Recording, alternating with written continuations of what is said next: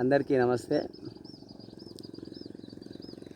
నిన్న కాటమయ్య కవచ కాటమయ్య రక్షణ కవచం అనేది ఈ మోకులు ఇచ్చారు నిన్న. అయితే ఆడ కూడా మేము 4 రోజుల సంది కష్టపడ్డోళ్ళని పక్కకు పెట్టి ఈ తాళ్ళెక్కలోడు పనికిరానోడు ఈ తెల్లబట్టల గౌండోళ్ళు దొంగలు వాళ్ళు మా దగ్గరనే మోకులు గుంజుకొని వాళ్ళు పోయి స్టేజ్ల మీద కూర్చోరు. ఇక కష్టపడుతుంది రాజ్యం వేయడానికి ఉందా? లేదు. సరే పోనీ. కానీ ఇప్పుడు ఒకటి ఏమన్నాడంటే మన ముఖ్యమంత్రి గారు, కళ్ళుల నీళ్ళెంత కళ్ళెంత అని అన్నాడు. అందరూ వాళ్ళు కిలకిల నవ్వారు అందరు అక్కడ ఉన్నోళ్ళు.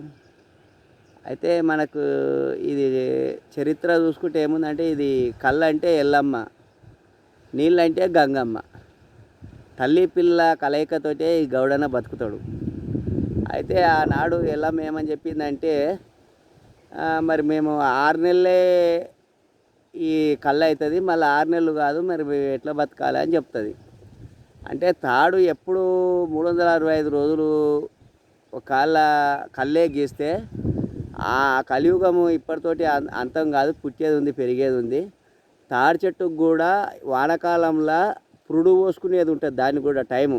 ఎందుకంటే సంతాన ఉత్పత్తికి టైం ఉంటుంది, ఈత చెట్టుకు కానీ తాడి చెట్టుకు కానీ. అయితే ఆ టైంలో మాత్రం నేను కళ్ళు ఇస్తే మళ్ళీ అది సంతాన ఉత్పత్తిని ఆపేస్తుంది. దానివల్ల తాడి చెట్టు ఈత చెట్టు అంతరించిపోయే ప్రమాదం ఉంటుంది. కాబట్టి నేను ఈ టైంలో మాత్రం మీ కళ్ళు మాత్రం తక్కువ ఇస్తా, నేను ఉండను. అయితే నేను మా తండ్రి పరమశివుడు మా తల్లి గంగమ్మని తోలిస్తాడని చెప్తాడు.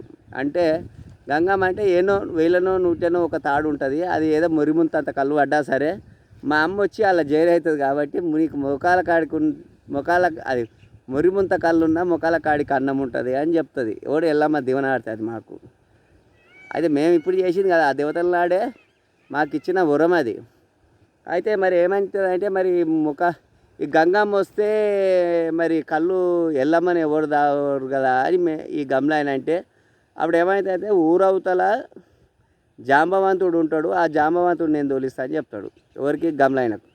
అయితే ఆ గమలాయన ఏమంటాడంటే, మరి ఆయన రుణం నేను ఎట్లా తీసుకోవాలి అమ్మ అని ఎల్లమ్మని అడుగుతాడు గమలాయన. అయితే అప్పుడు ఆయన ఏమంటాడంటే, నీ ఇంటి అడవిలో సాకలాయం ఉంటుంది, కానీ నువ్వు ఏనాడైతే ఫస్ట్ తాడు కళ్ళుకి గీస్తావో ఆ రోజు నీ ఇంటి అడవిలకు కూడా నువ్వు అన్నం పెట్టవద్దు అని చెప్తాడు మాకు. ఎవరు రాని నీ తోబుట్టు ఉంటుంది, నీ రక్త సంబంధములు కానీ ఎవడైనా సరే నీ ఇంట్లో అన్నం పెట్టొద్దు. నువ్వు మొట్టమొదటి కళ్ళు గంగ లేనిది నేను కూడా రాను ఆ రోజు. ఫస్ట్ కొత్త లొట్టిలా మళ్ళీ గంగమ్మనే ఉంటుంది. గంగమ్మ తర్వాతనే ఎల్లమ్మ పడుతుంది. అలా ఆ ఎల్లమ్మ గంగమ్మ కలిసి మళ్ళీ ఊరవతల జంబవంతుని పిలిచి ఆ కళ్ళు పోస్తే మా రుణం తీరుస్తుందని ఇప్పటికీ మేము అదే పాటిస్తున్నాం. మొట్టమొదటి నా చుట్టాలకో కానీ ఎవరికో కానీ మేము కళ్ళు పోయాం. ఫస్ట్ పోసేది ఎవరికి అంటే, అప్పుడు జాంబవంతుడే, ఇప్పుడు మాదిగోలు. ఆ జాంబవంతుడు ఆతుడే, ఇప్పుడు మాదిగోలు. అందుకని ఆ రుణం అట్లా తీర్చుకుంటున్నాం. ఏదో మేము నీళ్ళాపాలైతే ఎల్లమ్మ కళ్ళు, గంగమ్మ శివుని భార్య, వీళ్ళిద్దరి కలయికతోటే మాది. అంతేగాని మేము నరుడు చేసింది కాదు, మేము చేసుకున్న పాపం కాదు. ఈ దేవతలనాడే ఇచ్చిన వరం మాకు. అది మురుముంత కళ్ళు ఉంటే మొకాల కాడికి అన్నం అనేది మాకు ఎల్లమ్మ ఇచ్చిన దేవనార్తి. అంతేగాని మేము ఇది హెచ్చరి చేసేది కాదు, అది కాదు. ఈ చరిత్ర తెలుసుకోవాలి. ఈ చరిత్ర తెలుస్తాను కూడా అందరికి షేర్ చేయరు దయచేసి.